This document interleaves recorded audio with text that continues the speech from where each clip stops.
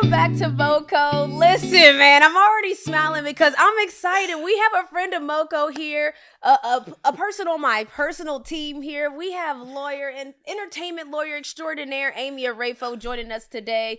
Thank you for pulling up on us, Amy. Thank you. I want to be anywhere else. You know that. Man, let's go. So I'm going to just I know you so well, but I want people to even start the basics of how did we get connected? Let the folks know how we got connected. We are going way back. So I'm going to say some names and some things that might throw you off in the best way. So Stephanie, which is Sirena. I always love this story because she is such a gem. Anybody that knows her knows. So what I love is education empowerment. I'm telling you what you know because we yeah, but you got to tell it for them. We're going to tell everyone else. I love education and empowerment. So I became an entertainment attorney because I was a creative. I was a dancer. It's so funny when you're on the business side, people don't know. So I always love teaching other creatives. So I'm an adjunct professor at Kennesaw State University, and they have a phenomenal music business program, the Joel A. Katz Music Business Program. And Stephanie was once one of my students. You all, small world, you never know. So she was a gem, light in the room, and we developed not only just a professional relationship, but a personal relationship. And you never know who's to your left or your right as she continued to grow and excel. We stayed in touch. Yep. And then one day, she's like, I need you to meet somebody. And that somebody is you, Renee Montgomery. And here we are. So wow. After just connecting with the two of you all, beautiful spirits, the rest, as they say, is history. I saw the visions and the dreams, ambitions, everything you had done, your activism, your work, your talent in WNBA, and most importantly, who you are as a person. So I was sold immediately. I believe our first call was supposed to be 30 minutes. I'm sure y'all, we were on hour and a half or crazy. So. It was crazy. So that's our story. That's crazy. That is our story. And that kind of even takes me to the next part where even just finding, so for me, a part of my team is finding people that I trust, finding people that I think are going to fight for us. So everybody knows that my documentary is coming out right now. If you don't know, it's coming out on Roku, October 16th. Check it out, everyone. A Radical Act is coming out. Shouts to the squad, Spring Hill, PNG, Story Form, Think Tank. Yes. But what they may not know is this young lady sitting right here is the one who negotiated the contract. Yes. Now, there was something that you kept on saying to me because I was excited. It was our first kind of big contract for Sirena and I for Think Tank.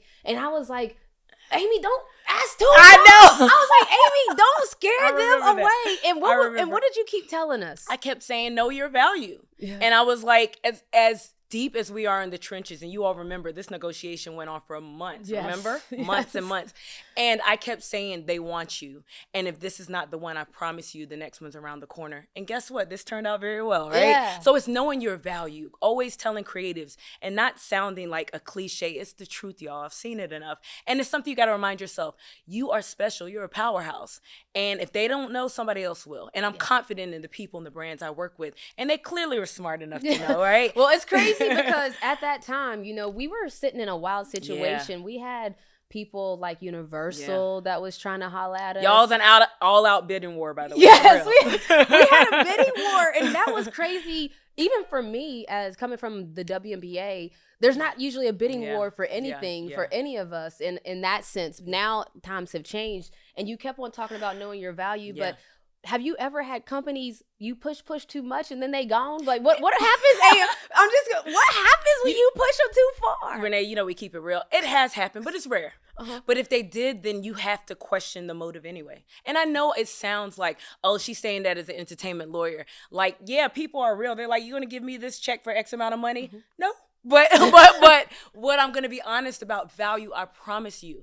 Like, if you don't know it in the beginning, you won't know it in the end. And that's what I work with the creatives. Like, I knew how dope you and Sirena are. Like, I know it. And look, the world is seeing it. So a lot of it is having your foundation, your team who's going to pour into you, especially in those critical times. Because it did get tough. There were sometimes we started conversations, we stopped, we talked to various people on the Spring Hill team. By the way, they were phenomenal. Yeah, let's just say that. Team. Like, they were a really phenomenal group of people. But we got to the finish line. Yeah. And I have to be aligned with people who, even if you don't always have to know your full value, you have an idea, and you're not in scarcity mode. That's very important. Yeah. Because if you put me to the front line to protect you and somebody else can sway you, we're not aligned. And we're not aligned, and they know the bridge can crumble and collapse. So I always tell people, it's like we would come back and have our huddles, remember? Yeah, we had a lot of huddles. We had 30-second timeout. I was like, I need a 30. I might need a full. We would have our huddles, and I was like, hey, let me take this on the email chain, or let's get on a conference call. Yeah.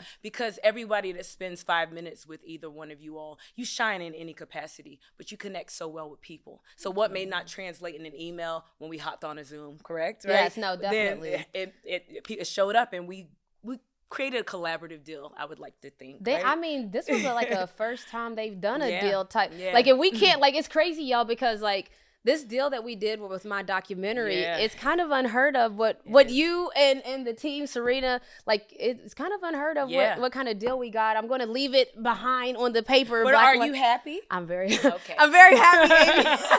I'm very happy, Amy.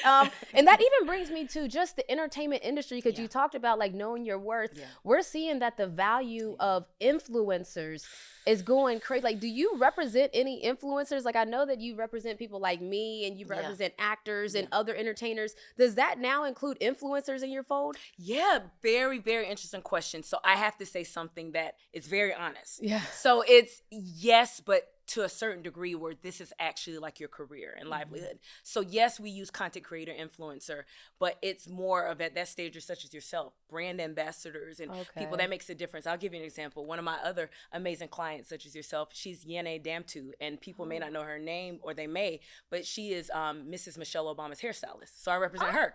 Okay. So she's a proper, brand.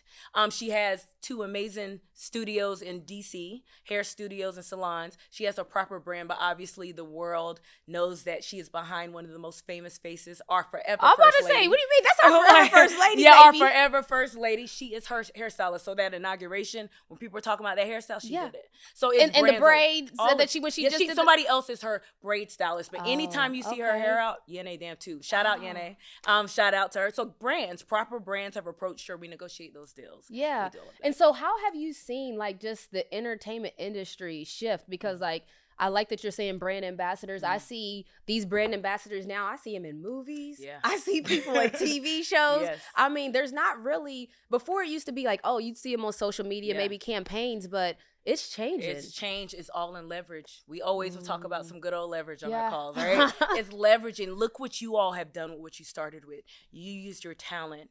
I have to keep going back to this because you're special. Like, you have to know your gifts and your God-given gifts. Like, God gave you the gift to be a hell of a basketball player, right? Then you're an activist, you're a kind human being. Like, so that is natural as it transcended and translated to these other silos of income and different things you're creating, right? Like a podcast, a radio show. Like, there's no coincidence in this. It's like so many people try to stretch themselves thin. We all do. I'm guilty of the same thing. We all need a little self-care. Like, we do. But it's a matter of like honing into almost what feels natural to you. Like, you look at how we're talking. Like, we do this whether a camera is on or off. Facts. Connecting like that, and then like letting your gift make room for you. So many people are just, I get it, we all need to make money, but they're like, let me do this, and this 10 things, and they're good at maybe 2. Focus on those 2 at first. Oh, I like that. And so I want to shift a little bit. Well, not actually I don't even want to call them influencers. Yeah, now you got me self-conscious about calling them. No diss, everybody. There's no diss in calling anybody influencers. It's just, you see the shift in what I said. Yeah. When someone is an influencer, they may not know how to price as far as because I get this question, what do I tell somebody I charge for a post? And what do you tell them? Here's the thing. I give one of those lawyer answers people don't like. It depends. Oh, no. Because it depends. We want numbers. Here you go. I'll give you scenarios. I'm giving y'all all the game because this is my client and I'm being nice. But on behalf of everybody else watching this, it depends on geographical area, how long they want to use it, what services they're asking. You see how granular you have to get? So I can't answer that question. Yeah. I don't know if somebody wants to use a post for 6 months, if they want it in perpetuity, which, by the way, we don't like that word. Yeah, I heard that's a bad word. That's a bad word. What does that mean? For people that don't know, when something says in perpetuity, I was told to just not even, to walk the other way. To walk the other way, unless we're going to give a caveat as always. In perpetuity is a curse word, and it means forever and ever and ever, amen. That's what I like to say to people, so they get it. And so just so you understand, we're saying like if a contract is saying in perpetuity, they're saying like they have you forever, and whatever in that language of the contract is, if they put that P cuss word in there, perpetuity, that's why we're saying you should walk away. But what's the caveat? The caveat is, let's say that you're retained for a speaking engagement. Okay. A trade-off is, hey, Renee, I'll give you X amount of money to show up for this day, but realize that we're going to record this content. Yes, I paid you this money to speak, but you don't own that content. We get to sign, a release or a speaker agreement that says, by coming on, we give you X amount of dollars, a high price, by the way, that we like her to get paid. Okay. Then you come on, and then they can record you. You can't go back and say, hey, I want some back end of that royalty and the copyright.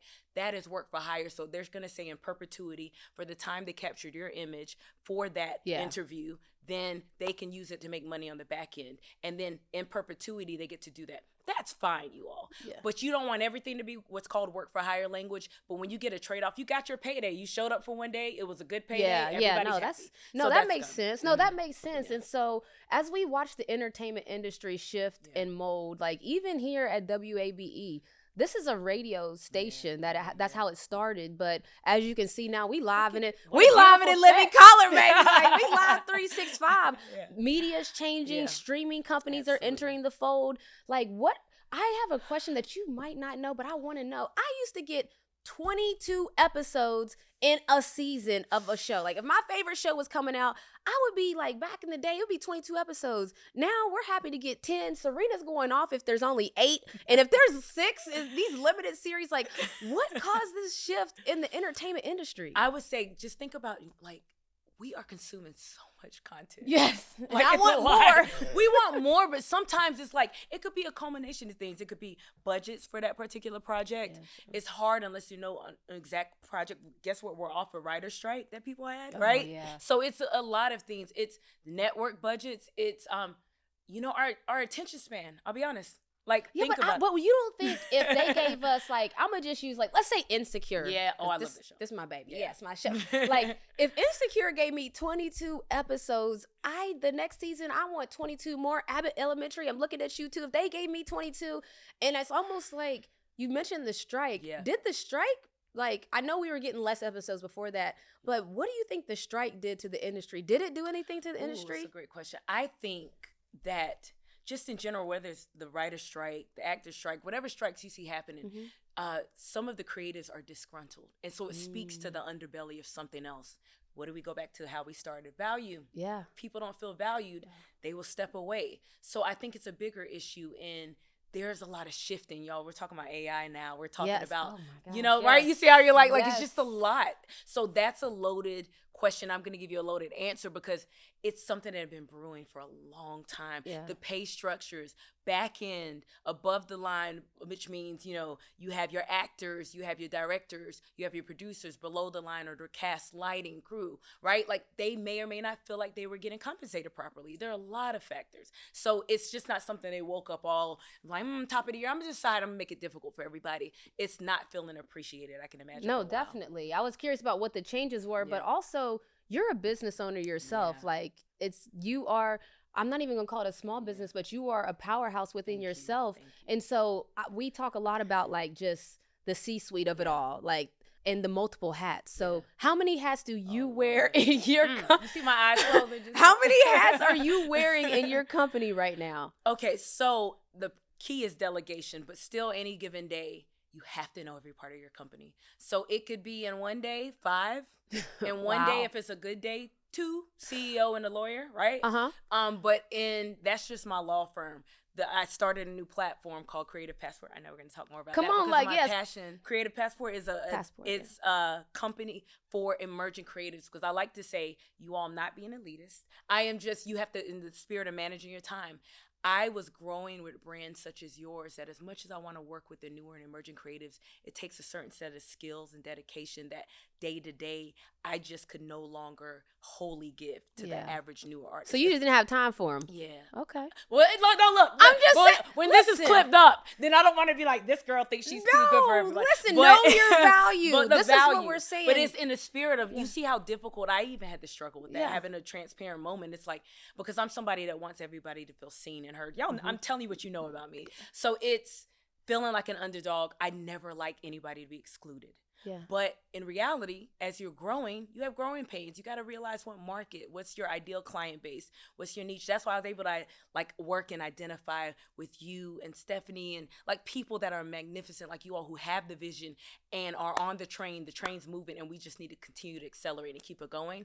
That was my sweet spot for the boutique law firm I had. So I was like, I still want to service these emerging creatives that need help, that don't have a manager, don't have any idea of what intellectual property is, right? Explaining copyrights, trademarks, patents, trade secrets, don't have a lawyer. So that has literally become a labor of love and a platform I'm building. And because of we often know this, you always tease me about what country are you in, right? Yes. Travel is one of, it's not a Side love language. note, yes, I'm glad that she is right here in America, because on any given Sunday, we can hit up Amy like, Amy, oh, you good to go grab some ginger ale? And she'd be like, oh, sorry, I'm in Africa. And I'll be like, what? Oh, sorry, I'm in, like, it's not like, oh, sorry, I'm out of the state.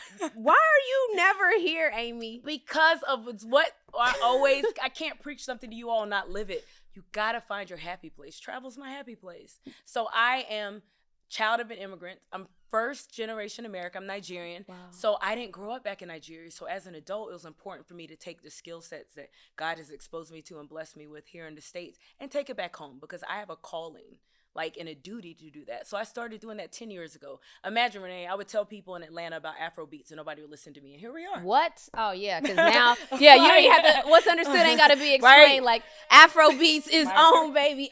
And to that point, didn't you work with NBA Africa at a certain point? Tell me about that. So I actually, there have been a lot of interesting relationships. So thank you. You're actually speaking something into existence. By the way, NBA Africa, if you hear this, let's collaborate. Okay. My client is saying this, and she happens to co-own a WNBA team. I'm just saying. Collaboration. But I went there. It's a lot of it's put your money where your mouth is. I spent my own money to be in the environment, to go during the finals of the NBA Africa game. Nigeria is playing Senegal. So like, this is something that started during COVID. If people remember, J. Cole went and played for Rwanda during that time, right? So like, that was during COVID, right? So he played for a season, left. But there's so much just going on in those 54 beautiful countries on the continent.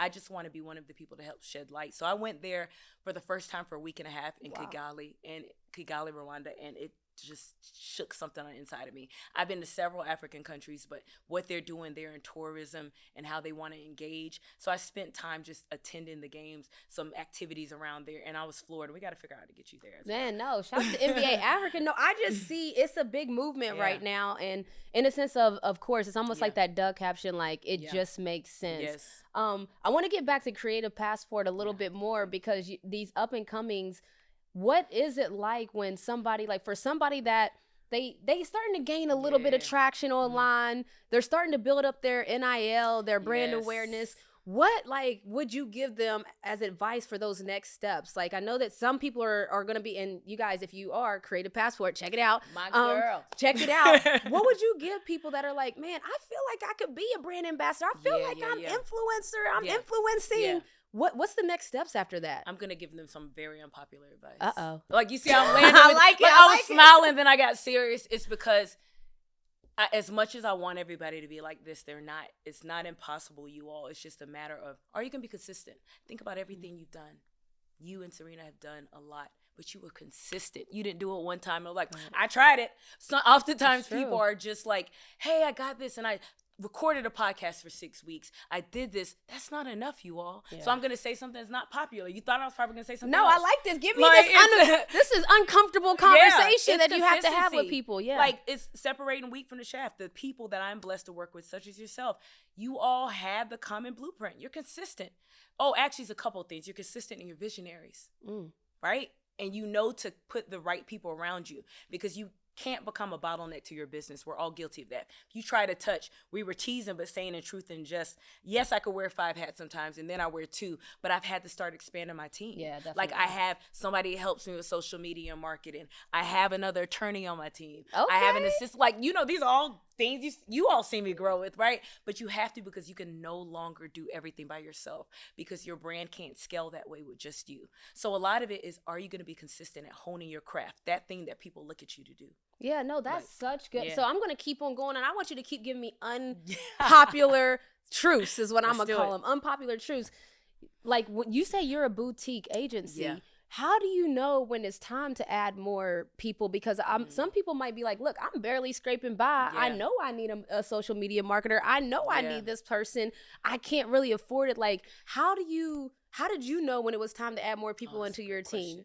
That is a great question. I would say it's very uncomfortable, even what I just said as far as consistency. It's a question. Do you want the business to grow or not? It's really black and white. Yeah, no, that's like, you see how real, no, I want to hear what you're going to say, because we're entrepreneurs. You get to a point when you are burning the candle at both ends. Now, you all do not get it twisted. As you grow and scale, you still work like crazy, but it's a different type of energy, right?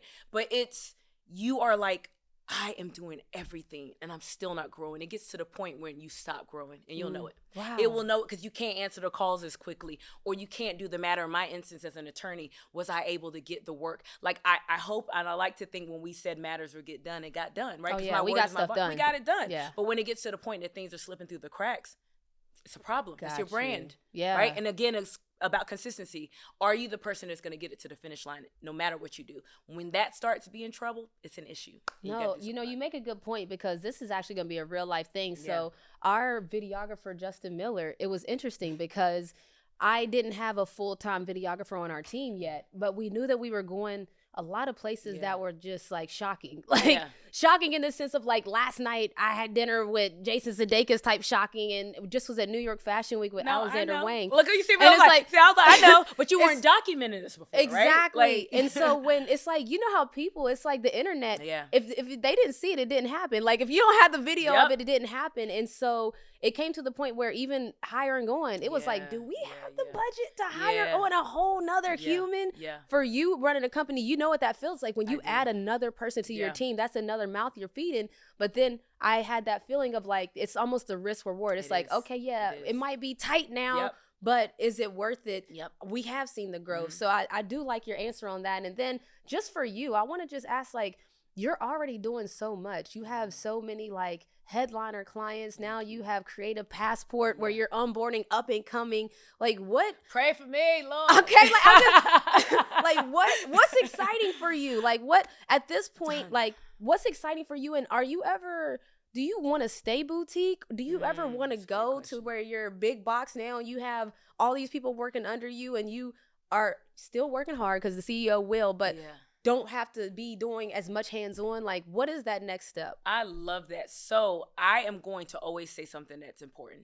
I remain open. I have preferences. I'm going to lead with my preference. Because the minute you say, I'll never do this, 3 years later, somebody's going to roll this tape back and be like, I thought she said she's going to do it. Right? Like, that's how You're such a lawyer. It's so good. Right? So I always have that caveat because I know how this world works. They're going to be like, run that tape back. She said this in 2024. But I'm saying that to say my desire has never been to be a large firm. And you know what? I'm going to say something very honest and raw.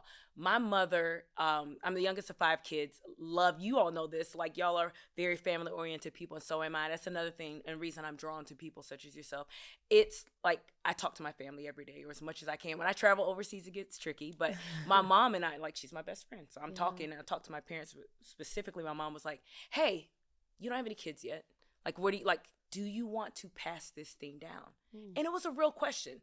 And she wasn't putting pressure. It's like, you got to figure out. So that unlocked something in me. It's like, no, I don't necessarily want to pass this law firm down. Wow. I can, but you know why I don't, Renee? Because I don't want to pressure my future child to be a lawyer. In order to own the law firm and to run it and do that, you have to go to law school to be a lawyer.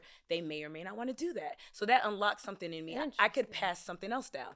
A creative passport I'm building. That's with emerging creatives. They just need to be good in business and have a love and passion for creatives. Or, Lord willing, I continue to build other businesses and be attached to that. So when that came, it's like, I love every bit of what I do. I love working with the people I work with, but I want to work with who I want to work with. That's why I wanted to remain boutique. And I want you all to choose me as well. So I will never say never, but the way I have it in my design is I like to keep it boutique so that I have the real authentic relationships like I have with my clients like you. Wow, that's fire.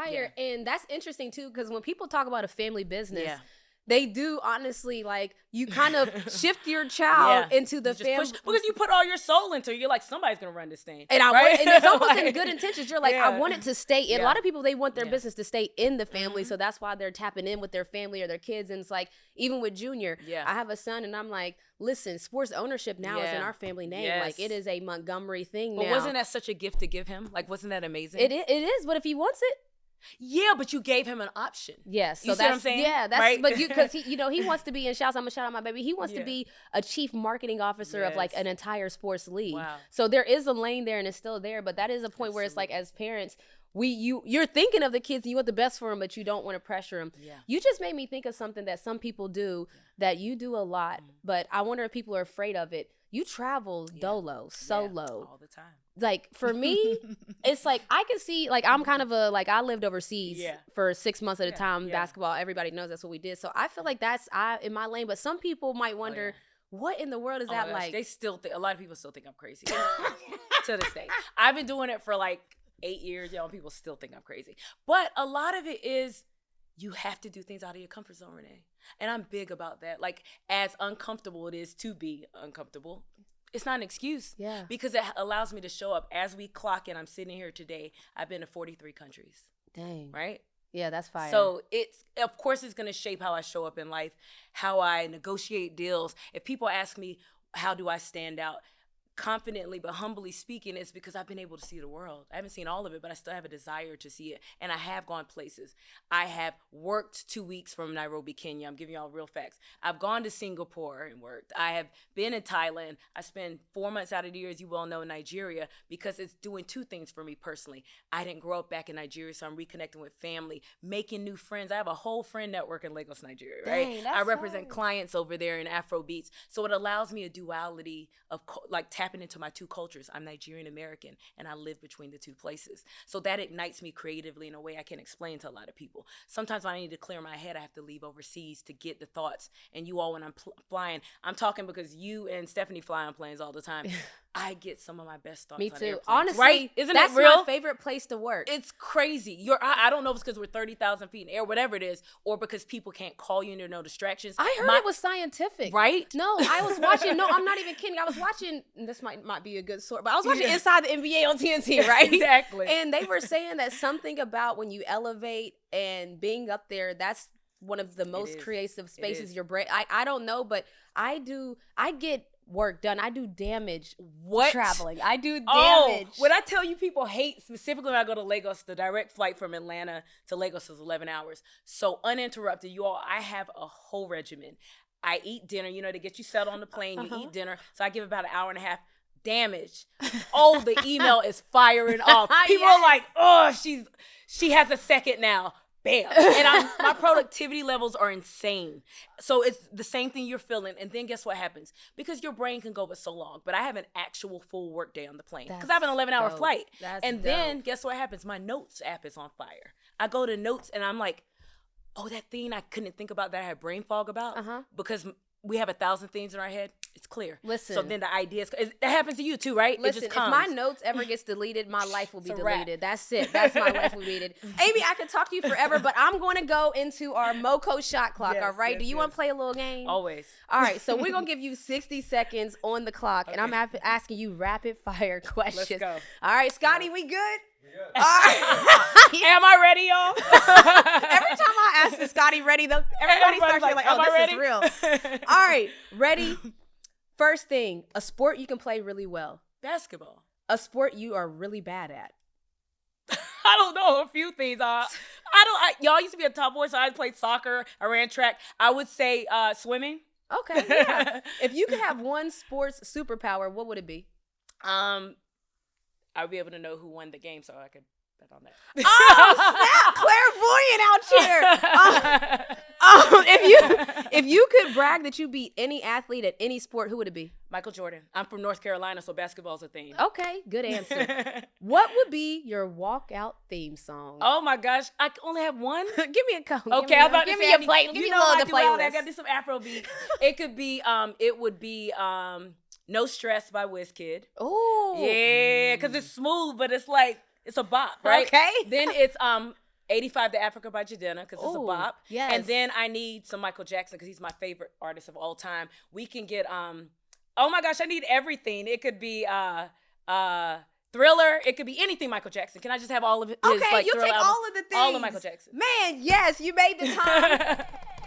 Even though I gave you 10,000 songs, because I love music. I love it. Thank you so much. This is Amy Oraefo. I mean, y'all, if you can't tell, this is family right here. Please follow her at Amy O Said So, okay, on IG. And stay tuned. We'll be back with more Moco. Thank you. Oh, so fun. WABE.